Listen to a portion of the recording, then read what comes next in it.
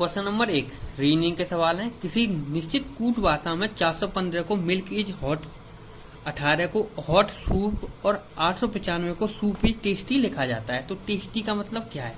तो सबसे पहले हम इन वर्डों को उतार लेंगे। देखो यहाँ पे लिख लिया मैंने मिल्क इज हॉट और इसका मतलब कितना दे रखा है 415। इनको दूर दूर लिखेंगे क्योंकि ये 3 वर्ड हैं तो 3 वर्ड दूर दूर लिख लिए। ऐसे ही यहाँ पे लिखा है हॉट सूप,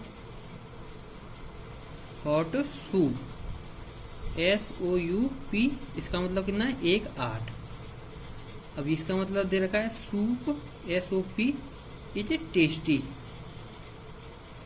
और इसका मतलब 895। यहां तक क्लियर है। अब इनमें हम क्या करते हैं, दो सेंटेंस लेते हैं, उनको आपस में कॉमन निकालते हैं। तो देखो इन दोनों में कॉमन क्या चीज है, देखो पहले में और दूसरे में कॉमन देखते हैं। तो पहले में ना तो मिल्क कॉमन है ना ही इज कॉमन है, तो पहले और दूसरे में हॉट कॉमन है। तो हॉट को हम इस वाले गोले से बना दिया मैंने, ठीक है, ब्लू वाले से। जो हॉट का कॉमन है मतलब दोनों जगह कॉमन था, इसका मतलब यह है कि कोई भी एक अंक इन दोनों संख्याओं में भी कॉमन होगा। तो इनमें कौन सा कॉमन है 1, इसमें भी कॉमन है और इसमें भी कॉमन है। इसका मतलब यह है कि हॉट का मतलब 1 होगा क्योंकि दोनों में बाकी सभी वर्ड 4 5 1 है, यहाँ 8 है, सभी अलग अलग है।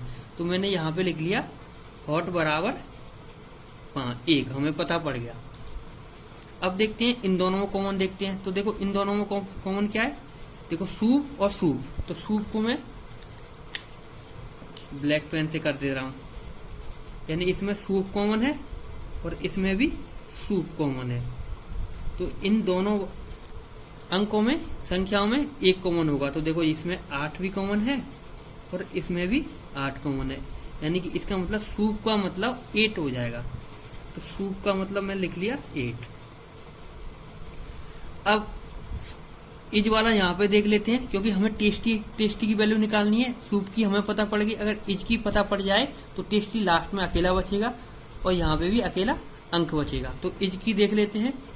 तो इज का देखते हैं। तो इज पहले लास्ट वाले और पहले वाले में कॉमन है, यानी इज इसमें कॉमन है और इसमें कॉमन है। तो हमें क्या है, पहले वाले संख्या में और लास्ट वाली संख्या में एक चीज कॉमन देखनी है। तो देखो पहले वाले में 5 कॉमन है और लास्ट वाले में भी 5 कॉमन है और इस पहले में क्या इज कॉमन है और यहाँ पे 5 5 कॉमन है, ठीक है। तो इसका मतलब क्या हुआ, इज का मतलब क्या हो गया 5। अब देखो नीचे सूप का मतलब पता पड़ गया हमें 8 है, इज का मतलब पता पड़ गया हमें 5 है। तो टेस्टी यहाँ पे क्या बचा 9। तो टेस्टी का मतलब कितना हो गया 9। तो आंसर सी इसका ऑप्शन सी हो जाएगा।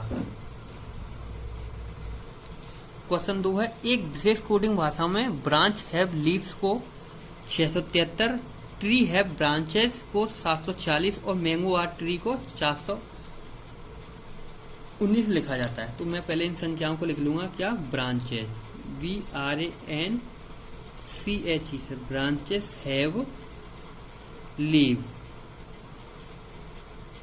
और इसको भी लिख लूंगा ट्री हैव ब्रांचेस। और तीसरा मैंगोज आर ट्रीज, और इसकी संख्या कितनी थी 673 और इसका 740 था और मैंगोज आर ट्री का 419 था। अब हम कॉमन छांटते हैं।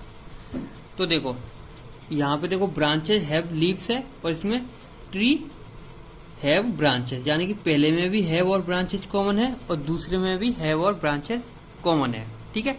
तो इसका मतलब इन दोनों में कॉमन है। तो हम तीसरे वाले वर्ड की तरफ जाते हैं। तो उनमें अकेला कोई कॉमन दिख रहा हो हमें, देखो ट्री हैव ब्रांचेस और मैंगो आर ट्री। तो देखो इसमें हमें ट्री अकेला कॉमन दिख रहा है और अकेला यहाँ पे भी दिख रहा है, ठीक है।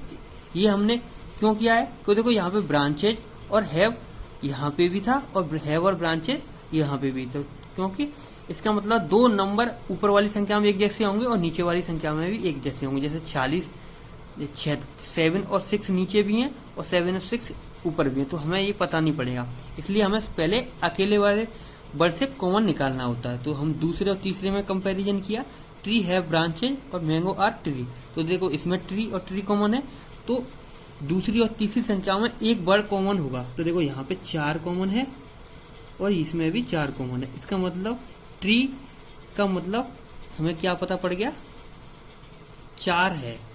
क्लियर है। अब ऊपर चलते हैं। आर नीचे नहीं है और मैंगो, आर और मैंगो ऊपर दिए हैं, कहीं नहीं दिए हैं। ठीक है। इसका मतलब ट्री की वैल्यू पूछी थी इसने, तो ट्री की वैल्यू हमें पता पड़ गई 4 है, तो 4 आंसर निकल आया। क्वेश्चन नंबर 3, यदि हेल्थ केयर इज वेल्थ को 1372 लिखा जाता है, हेल्थ नीड केयर को 417 और ही नीड्स वेल्थ को 463 लिखा जाता है, तो ही इज वेल्थ को क्या लिखेंगे, ये पूछा है इसने। तो हम पहले उतार लेंगे health is wealth, health care is wealth, दूर दूर उतारेंगे क्योंकि हर एक वर्ड का अलग अलग मतलब है। इसका मतलब क्या है, 1372। ठीक है। अब ये दे रखा है हेल्थ नीड्स केयर, इसका मतलब दे रखा है 417। अब ये दे रखा है ही नीड्स वेल्थ, ठीक है, इसका 463। अब हम कॉमन देखेंगे। ही इज वेल्थ का मतलब पूछा है इसने, तो हम इसको उतार लेते हैं। क्या आएगा, ही इज वेल्थ का मतलब इसने पूछा है। ठीक है। तो देखो हमें पहले कौन सा कॉमन देखना है। देखो इसमें देखो वेल्थ वेल्थ वेल्थ कॉमन देख लेते हैं। तो देखो इसमें वेल्थ मिल रहा है हमें और ऊपर भी वेल्थ मिल रहा है। ठीक है। हेल्थ केयर इज, नीचे हेल्थ केयर इज में से कोई भी वर्ड नहीं है, यानी कि वेल्थ अकेला ऊपर है और अकेला नीचे है। इसका मतलब यह है कि दोनों ऊपर नीचे की संख्याओं में एक जैसा वर्ड कॉमन होगा। तो कॉमन देखते हैं। ऊपर दे रखा है 1372 और नीचे 463, यानी कि 3 कॉमन है। ऊपर भी 3 कॉमन है और नीचे भी 3 कॉमन है। तो हेल्थ वेल्थ का मतलब तो हमें पता पड़ गया 3 हो गया। अब आते हैं, इज तो निकाल नहीं पाएंगे क्योंकि इज पूरी संख्या में एक वर्ड है, तो इसका मतलब हम केयर को कॉमन करेंगे, तो केयर ऊपर वाली में भी है और इसको हम ब्लू वाले पेन से करते हैं। केयर ऊपर वाले में भी है और नीचे वाले में भी, यानी ऊपर और बीच की संख्या में एक जैसा वर्ड कॉमन होगा। तो यहाँ पे देखते हैं इसमें 7 कॉमन था और इसमें भी 7 कॉमन था, तो हमें पता पड़ेगा केयर का मतलब क्या आ गया, 7 आ गया। ठीक है। अब हेल्थ और इज ऊपर वाले सेंटेंस में पढ़े, हमें इज के निकालनी है। ठीक है। तो देखो हेल्थ और हेल्थ इसमें कॉमन दिख रहे हैं, हमें दोनों में हेल्थ और हेल्थ कॉमन दिख रहे हैं, तो यहाँ से भी हेल्थ का कॉमन निकाल लेंगे हम। ठीक है। हेल्थ हेल्थ यानी ऊपर कौन सी संख्या है, एक, तो एक कॉमन पड़ रही है और उधर भी एक है। इसका मतलब हेल्थ का मतलब क्या आ गया, हेल्थ का मतलब आ गया 1। ठीक है। अब हेल्थ का मतलब 1 है, केयर का मतलब 7 है, वेल्थ का मतलब कितना है 3, तो इज बाकी बचा और यहाँ पे कितना बाकी बचा है, तो बाकी बचा है इज का मतलब 2 बाकी बचा है, तो इज का मतलब 2 निकल के आ गया। ठीक है। अब इन दोनों में कॉमन देखेंगे। इन दोनों में कॉमन नीड है, इसमें भी नीड दे रखा है और इसमें भी नीड दे रखा है, यानी कि 2 अंक एक जैसे होंगे। पहले में भी 4, बीच में 4 है और तीसरे में भी 4 है, तो नीड का मतलब 4 हो गया। ठीक है। नीड का मतलब मैंने 4 लिख दिया। इज का मतलब पता पड़ गया, नीड का मतलब 4 है, वेल्थ का मतलब 3 है। जो संख्या बची है वो किसके मतलब की होगी, ही की मतलब। तो कौन सी, यहाँ पे ही बचा है और यहाँ पे 6 है, तो ही का मतलब कितना होगा 6, तो 623 इसका आंसर आ जाएगा। अब 600 जरूरी नहीं है 623 आए, पर ये 623 ही उस क्वेश्चन में होने चाहिए। तो देखो नीचे से देखते हैं, इसमें 623 नहीं है, इसमें 623 नहीं है, यहाँ पे देखो 623 है, तो ऑप्शन ये जरूरी नहीं है 623 आए। 236 भी हो सकता है, 2326, 2362, कुछ भी हो सकता है, पर ये तीनों ही अंक उसमें आने चाहिए। तो पहली वाली संख्या में तीनों अंक आ रहे हैं, तो यही आंसर हो जाएगा। क्वेश्चन नंबर 4, यदि CODE को 6241 लिखा जाता है, यानी CODE क्या लिखा है 6241, दूर दूर लिखते हैं क्योंकि हर एक वर्ड का अपना ही एक मतलब है। 5346 और COME इसको लिख रहे हैं 3124 और 2 को लिख रहा है ये 27। ठीक है। अब कॉमन निकालना हमें DOME, डी COME का मतलब निकालना है। ठीक है, तो हम सबसे पहले किस में, देखो यहाँ पे CODE में अगर इसमें दोनों में कॉमन करते हैं तो क्या कॉमन है, देखो ऊपर DE कॉमन है नीचे भी DE, तो इनमें हम कॉमन छांट नहीं सकते। ठीक है, अब इन दोनों में देखते हैं तो MADE और COME, इनमें देखो M और E कॉमन है, नीचे भी M और E कॉमन है, तो इसमें भी हम छांट नहीं सकते। अब इन तीसरी और चौथी में देखेंगे COME और TO, तो देखो इसमें O और इस O अकेला अकेला मिल रहा है, यानी एक ही संख्या मिल रही है, तो यहाँ पे 2 और 2 अकेला मिल रहा है, तो हमने O की जगह पे 2 लगा दिया। अब M की तरफ चलते हैं। अब M को निकालने के लिए C को देखते हैं। पहले M को निकालने के लिए हम C को कॉमन देखना पड़ेगा, तो देखो C यहाँ पे अकेला है, ऊपर भी C है, नीचे भी C है और ऊपर भी E है, नीचे भी E है, तो ये हम कॉमन छाट नहीं सकते। ठीक है, अब देखो सभी ऊपर DE और नीचे भी DE है और यहाँ पे CE है, ऊपर भी C है, तो ऐसे कॉमन नहीं मिलेगा। तो हम देखते हैं तीनों ही वर्ड में कौन सा कॉमन है, तो देखो यहाँ पे E कॉमन है, यहाँ पे भी E कॉमन है और यहाँ पे भी E कॉमन है, तो तीनों संख्याएं में एक वर्ड कॉमन होगा। तो कौन सा वर्ड कॉमन है, 4 कॉमन है, 4 कॉमन है और 4। ठीक है, तो E का मतलब 4 हो गया, ये तो पता पड़ गया हमें। अब M में देखो E का मतलब हमें पता पड़ गया। अब इन दोनों संख्या में M कॉमन होगा, तो M की वैल्यू से निकालेंगे। यहाँ पे भी M कॉमन है और इधर भी M कॉमन है, यानी बीच वाली और तीसरे नंबर की संख्या में एक ही वर्ड कॉमन होगा। देखो ये 3 कॉमन है और इधर भी 3 दे रखा है, तो M का मतलब 3 हो जाएगा, 3 लिख दिया। अब बचा D।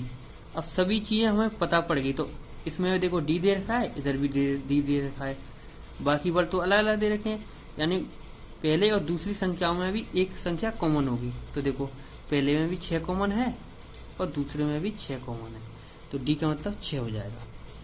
अब 6, 2, 3, 4 कौन से आंसर में, देखो 6, 2, 3, 4 फोर्थ आंसर में दे रखा है, तो यही हमारा आंसर हो जाएगा। ये जरूरी नहीं है 6234 ही दे रखा हो, ये चारों ही संख्याएं आनी चाहिए उस ऑप्शन में। तो 6, 2, 3 और 4 यानी 62, 26, 34 का आंसर हो जाएगा।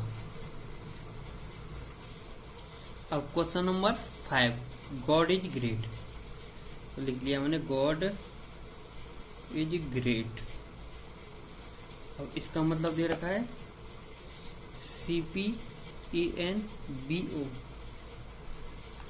अब दूसरा दे रखा है great help done, great help done. इस चीज का मतलब दिखा रखा है इसने ERCPFS।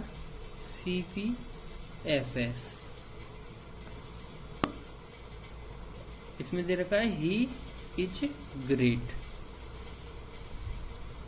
और इसका मतलब इसने दिखा रखा है BOCPDQ। ठीक है, अब पूछा है इसने किसका, ही इज गुड का। अब निकालते हैं, अब निकालेंगे, देखो कहाँ से, ग्रेड से निकालते हैं। तो देखो इसमें भी अकेला ग्रेड दे रखा है और इसमें भी अकेला ही ग्रेड दे रखा है, बाकी वर्ड कोई भी, यानी ही, हेल्प और डन अलग है और गॉड इज अलग है, यानी ग्रेट और ग्रेट सेम मिल रहे हैं। तो हमें पहले और दूसरे में देखो सेम क्या मिल रहा है, हमें CP और CP सेम मिल गया। ठीक है, तो हमें पता पड़ गया ग्रेट का मतलब CP हो गया, ग्रेट का मतलब CP हो गया। ठीक है, अब देखते हैं आगे। अब देखो इज में कंप्रोमाइज करके देख लेते हैं, इज और इज में। ठीक है, दोनों अलग अलग वर्ड हैं, बाकी सब अलग अलग हैं, यानी कि एक संख्या कॉमन होगी। तो पहले वाले में देखते हैं, लास्ट वाले में देखते हैं कौन सा कॉमन है।